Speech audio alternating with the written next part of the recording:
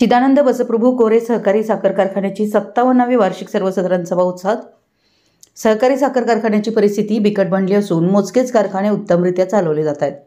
शेतकऱ्यांनी नवीन तंत्रज्ञानाचा वापर करून काळानुसार आपली शेती पद्धती बदलावी व कमी खर्चात अधिक उत्पादन कसं घेता येईल यासाठी प्रयत्न करणं आवश्यक आहे। शेतकऱ्यांच्या विश्वासावरच कारखान्याची प्रगती झाली असून शेतकऱ्यांनी यापुढेही कारखान्यावर विश्वास दाखवून प्रगतीस सहकार्य करावं असं प्रतिपादन केली संस्थेचे कार्याध्यक्ष डॉक्टर प्रभाकर कोरे यांनी केलं। चिदानंद बसप्रभू कोरे सहकारी साखर कारखान्याच्या 57व्या वार्षिक सर्वसाधारण सभेत ते बोलत होते। यावेळी सभासदांना उद्देशून शेतकऱ्यांनी नियमित ऊस पुरवठा करून कारखान्याकडून मिळणाऱ्या सुविधांचा लाभ घ्यावा असं आवाहन केली संस्थेचे कार्याध्यक्ष डॉक्टर प्रभाकर कोरे यांनी केलं।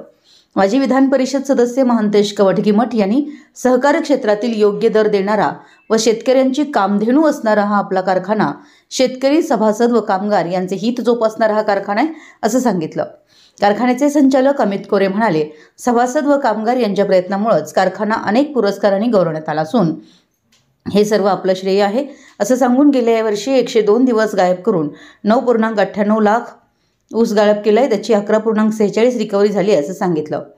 अध्यक्षीय भाषणात मल्लिकार्जुन कोरे यांनी डॉक्टर प्रभाकर कोरे यांच्या मार्गदर्शनाखाली कारखाना प्रगतीपथावर असून शेतकऱ्यांनी आपल्या कारखान्यास ऊस पुरवठा करून सहकार्य करावं असं सांगितलं। कारखान्याला पुरस्कार मिळाल्याबद्दल अमित कोरे यांचा शेतकरी, सभासद व कर्मचाऱ्यांच्या वतीनं सत्कार करण्यात आला। यावेळी कारखान्याचे उपाध्यक्ष तातासाहेब काटे, संचालक अजित देसाई, भरतेश बनवणे, संदीप पाटील, परसगौंडा पाटील, महावीर मिरजे, मल्लाप्पा म्हैसाळे, चेतन पाटील, महावीर कात्राळे, भीमगौंडा पाटील, अण्णासाहेब इंगळे, नंदकुमार नशिपुडी, दिनेश पाटील यांच्यासह सभासद, पदाधिकारी उपस्थित होते। कार्यक्रमात स्वागत अण्णासाहेब पाटील, कारखान्याचे कार्यकारी संचालक DR खांडगावे यांनी अहवाल वाचन केलं तर शिवानंद हंकारे यांनी सूत्रसंचालन केलं। चेतन पाटील यांनी आभार मानले।